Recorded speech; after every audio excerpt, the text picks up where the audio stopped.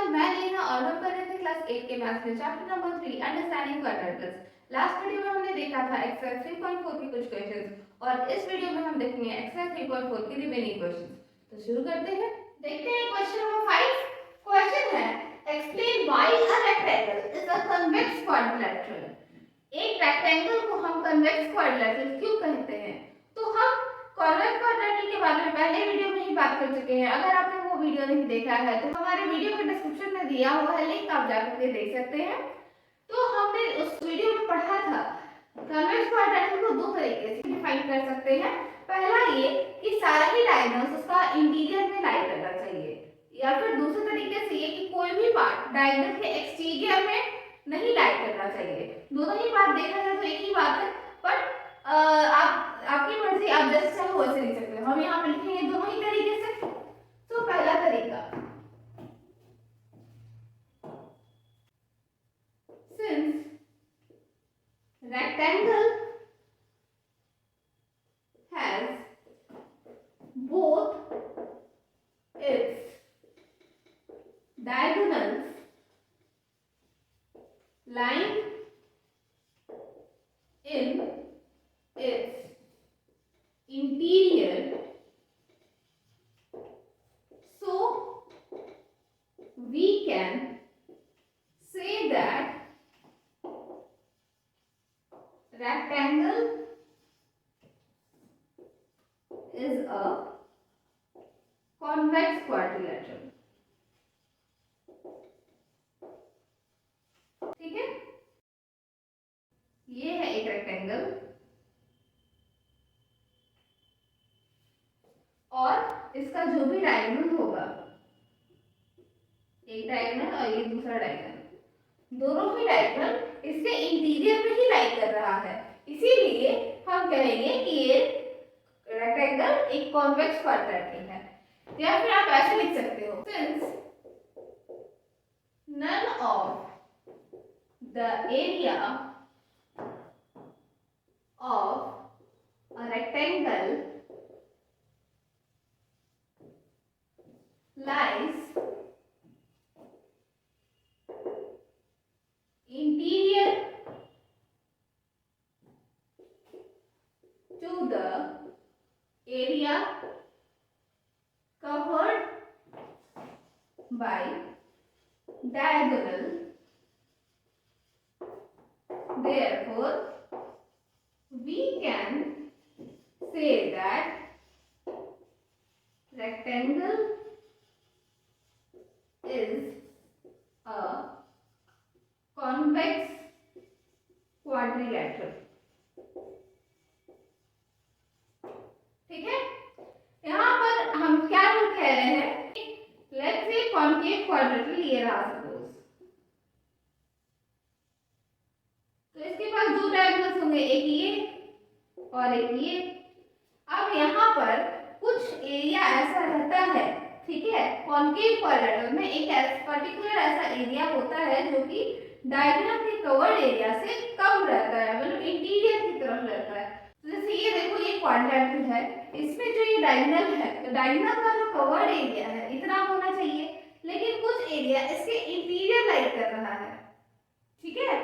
तो इसीलिए हम ये कॉन्केव क्वाड्रिलेटरल है, और सिंस रेक्टेंगल ऐसा नहीं है, इसीलिए रेक्टेंगल एक कॉन्वेक्स क्वाड्रिलेटरल है। ऐसा कोई भी एरिया नहीं है रेक्टेंगल का जो कि उसके इंटीरियर में लाई करता है एरिया कवर्ड बाय इस डायगोनल से, ठीक है। मतलब जो एरिया कवर कर रहा है डायगोनल, उस एरिया से कोई भी पार्ट इंटीरियर लाई नहीं कर रहा है, इसीलिए हम कह सकते हैं कि रेक्टेंगल एक कॉन्वेक्स क्वाड्रिलेटरल है, ठीक है। अब हम देखते हैं नेक्स्ट क्वेश्चन। देखते हैं क्वेश्चन नंबर 6। क्वेश्चन है ABC is a right angle triangle। ABC एक right angle triangle है and O is the midpoint to the side opposite to the right angle। Now ABC एक right angle है, आप right angle है कौन सा? ये वाला है,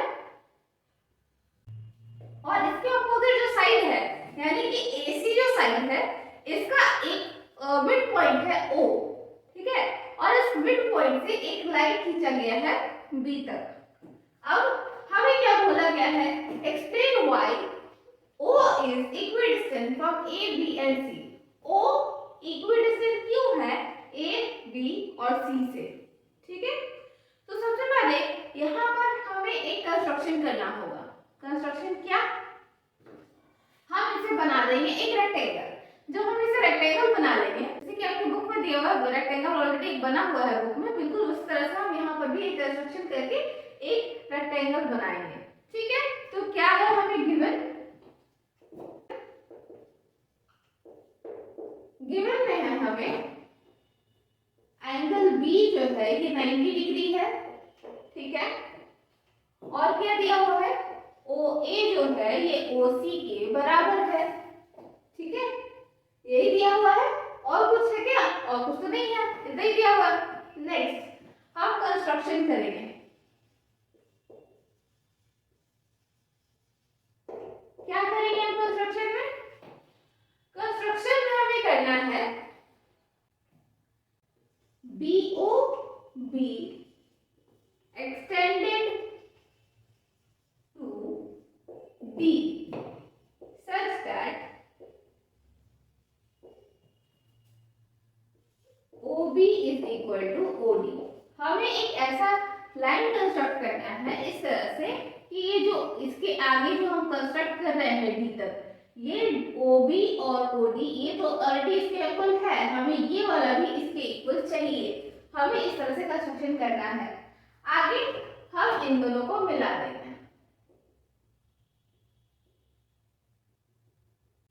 ठीक है, अब हम मिला देंगे और यहाँ पर हम लिखेंगे now DB joined to A and C। D को हम A और C से ज्वाइन कर दिए हैं। अब आगे आप देखो in triangle OBA and triangle ODC। ठीक है, ट्रायंगल OBA और ट्रायंगल ODC में OB is equal to OD है। क्यों? From construction. ठीक है, OA ये OC के इक्वल है। क्यों? According to question. Next angle AOB ये इक्वल है एंगल COD के। ये वाला एंगल और ये वाला एंगल इक्वल होगा क्योंकि ये भी तो एक्सटेंडेड है, ये भी ये स्ट्रेट लाइन ऑलरेडी है। तो दोनों ही स्ट्रेट लाइंस के बीच में दो एंगल्स, इसको आप कहते हैं vertically opposite angles. So these are vertically opposite angles.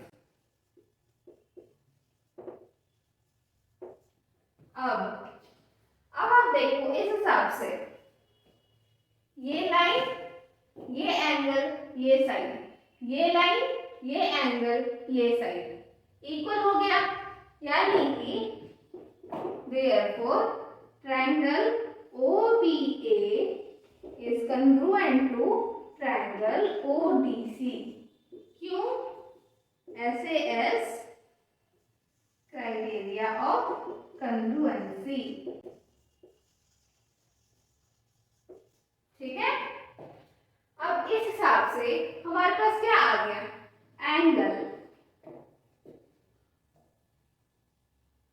OAB is equal to angle OCD होगा।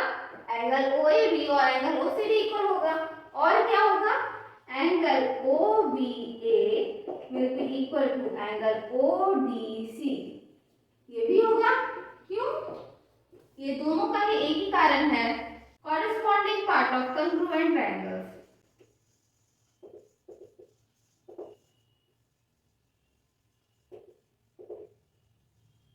ठीक है, अब ये वाला एंगल कौन कौन सा एंगल का बात हो रहा है? OAB ये वाला एंगल इक्वल है OCD के।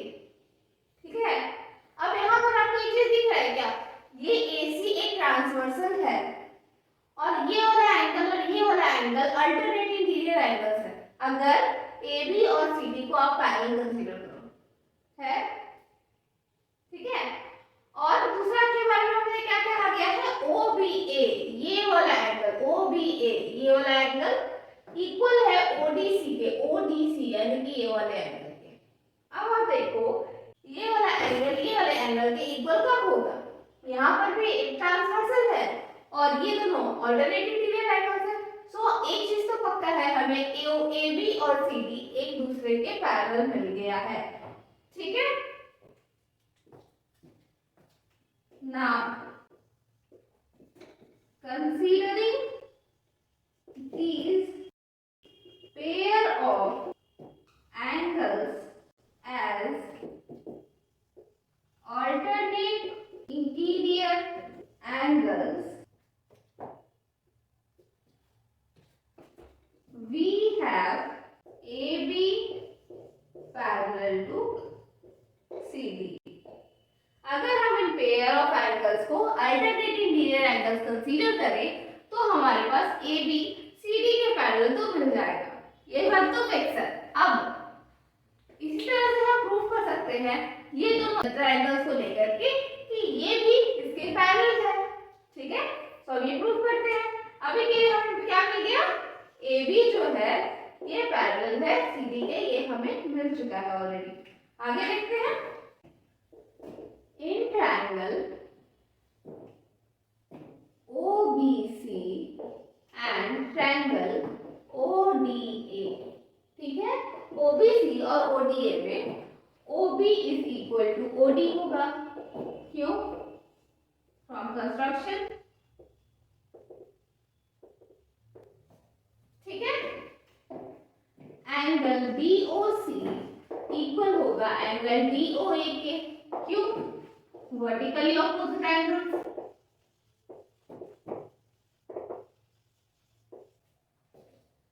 और क्या है, OC is equal to OA, क्यों, अकॉर्डिंग टू क्वेश्चन,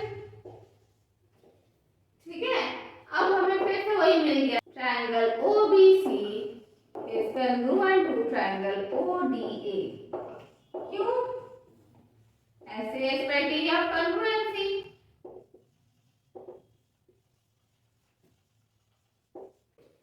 ठीक है। अब सिंस ये दोनों कॉन्ग्रुएंट है, देयरफॉर एंगल OBC भी इक्वल होगा एंगल ODA के और एंगल OCB भी इक्वल होगा एंगल OAD के, क्यों, corresponding parts of congruent triangle,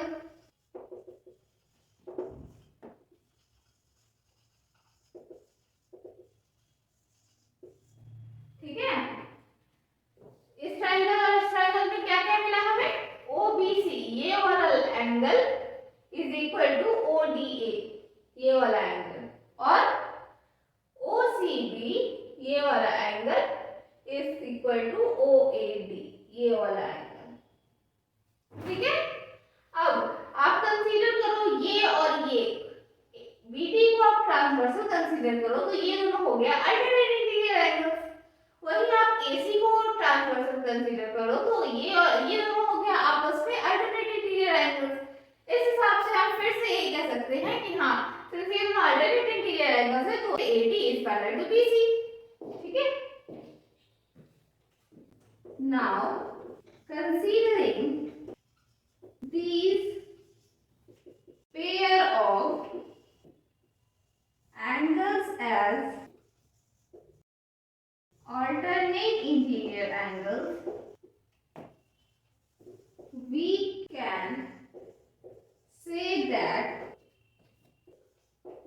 AD is parallel to BC, कह सकते हैं कि AD is parallel to BC, ठीक है। अब आप देखो हमें यहाँ पर AB पैरेलल टू CD मिल गया, AD पैरेलल टू BC मिल गया, तो क्या हम इसे पैरेललोग्राम कंसीडर नहीं कर सकते हैं, डेफिनेटली कर सकते हैं, हाँ ये पैरेललोग्राम है, ठीक है। इन क्वाड्रिलैटरल ABCD क्वाड्रिलैटरल में since AB is parallel to CD and AD is parallel to BC. Therefore, ABCD is a parallelogram. Also, since angle B is equal to 90 degree, ठीक है, यानी कि राइट एंगल है। अब ऐसा पैरेललोग्राम जिसके पास right angle होता है उसे हम रेक्टेंगल कहते हैं। Therefore, ABCD is a rectangle. ठीक है, सिंस ABCD एक पैरेललोग्राम है और एंगल B 90 डिग्री है, इसीलिए ABCD एक रेक्टेंगल है। हम कह सकते हैं since diagonals of a rectangle are equal, therefore AC is equal to BD होगा। since एक रेक्टेंगल के डायगोनल्स इक्वल होते हैं, इसीलिए ये AC और ये BD दोनों ही इक्वल होगा। और सो अगर आप इसको ऐसे लिखो, AC को हम लिख देते हैं OA और OC में, ठीक है, OA और OC यही दोनों मिलकर AC बना है। और BD को हम लिख देते हैं OB प्लस OD में, ठीक है। सो आप ऐसे भी लिख सकते हो OA plus OA is equal to OB plus OB लिख सकते हैं। क्यों लिख सकते हैं?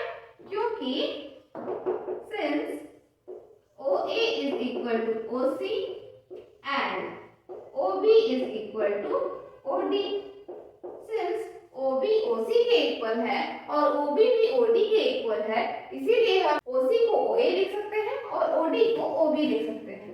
यानी कि twice of OA is equal to twice of OB, ठीक है। अब 2 और 2 यहाँ पर कैंसिल हो गया, तो आप ये आसानी से लिख सकते हो कि OA जो है ये OB के इक्वल है, ठीक है। और सिंस ये OA OC के इक्वल है, इसीलिए ये इक्वल है OC और OD के। यानी कि क्या मिल गया हमें टोटल में? OA मिल गया OB के इक्वल, OB मिल गया OC के इक्वल और OC मिल गया OD के इक्वल। हमें तो बस इतना चाहिए था कि हाँ OA OB OC आपस में इक्वल है, तो यही हुआ से कि एक ABCD को हमने एक रेक्टेंगल प्रूव कर दिया। उसके बाद हम ये कह दिए डायगोनल्स ऑफ रेक्टेंगल इक्वल होता है, इसीलिए AB OA OB OC तीनों आपस में बराबर होगा, यानी कि O जो है वो इक्विडिस्टेंट हो गया A B और C से, ठीक है। तो ये था एक्सरसाइज 3.4। इसी के साथ हमारा ये चैप्टर खत्म होता है यहीं पर। अगर आपको ये वीडियो पसंद आया है तो लाइक करें, कमेंट करें, अपने फ्रेंड्स के बीच में शेयर करें और हमारे चैनल को सब्सक्राइब करें। अगर आपको इसमें कोई डाउट रह गया तो आप उसे कमेंट कर सकते हैं, हम उसे नेक्स्ट वीडियो में क्लियर करने की कोशिश करेंगे। मिलते हैं नेक्स्ट वीडियो में। Thank you.